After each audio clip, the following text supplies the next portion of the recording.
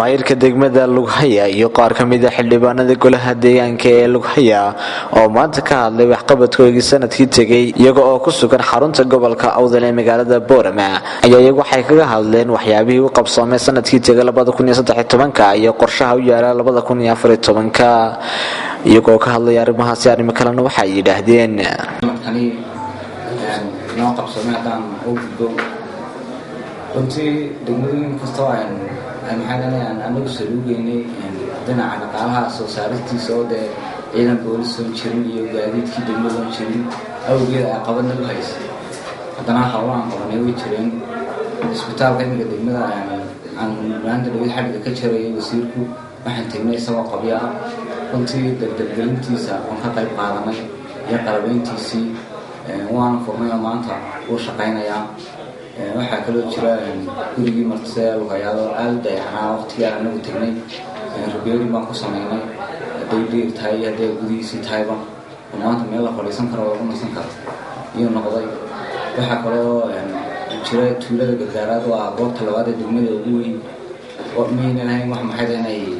guri martiyada oo dadka hadday madax tahay hadday hay'adaha ciddii timaada ugu nasato halkaasna gurigii martiyad baan ka dhisnay maalin badan ee naxariga ka jaray hadii la helaado gacanta la qaatay waxa kale jiray tuulada gargaar bari la yiraahdo waxa deegaanada IDPs ilaa 150 qof qiyaastiisu ay tahay qorshayaashan deegaanka marka hore waxa loogu talagalay in dadkii tuulada sii deganaa laakiin qorshaha kuma jirin dadka IDPs waxaan ka dadaalnay dadkaas ilaa 1 kiiloomitir biyaha ka soo doonanaya dameer ay wax ku soo dhaansadaan iyo kariina ma haysan si halka ay degan yihiin ay biyo ugu helaan waxaan ku guuleysanay in 3 taangi loo dhisay inta IDPs ka 3 qaybood aan kala qaybinay mid walba xaafadii dhexdeedii taangi biyo loo dhigay oo hadda si toos ah u shaqeeya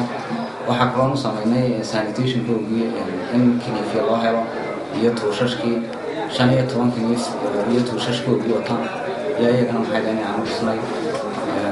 waxa kaloo jiray solar system tuulada gargaar aan qaybinay masaajidka iyo MCH-ka oo talaajada ay ka fadhiday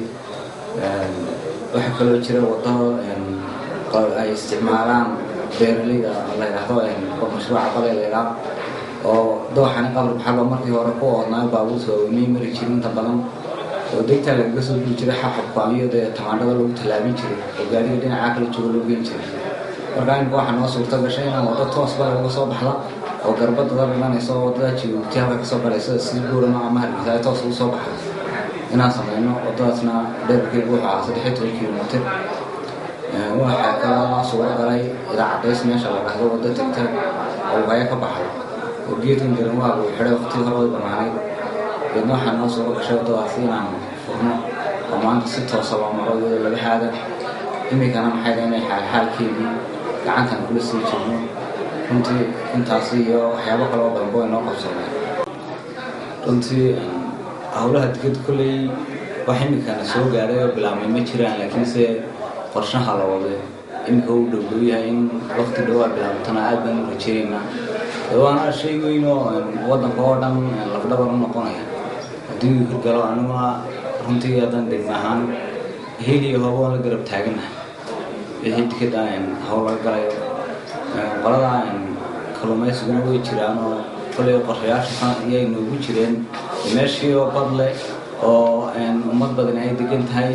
كلهم كي عن وحلو استعمالنا هين بيجوا بيننا نقول هيس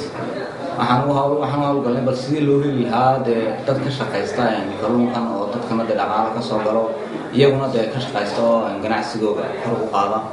runtii waxaan noo hirgashay imika laba shirkadood inaan helno oo mid maalin aan dhagax dhignay midna dhawaan dhagax dhigayno in ilaa bisha lixaad ay arintaas ay shaqaysan oo kalluunka laga soo baxay soo qasacaysan dalka lagu cunano rajaynaa deelayga si kastaba ha ahaatee degmada Lughaya ee ka tirsan gobolka Awdal ayaa ah deegaanka khayraadka kala duwan ee ka soo baxaan oo ay ugu horeyso dekada Lughaya oo dhawaan la bilaabay hawsheedii lagu furiyay dekadaasi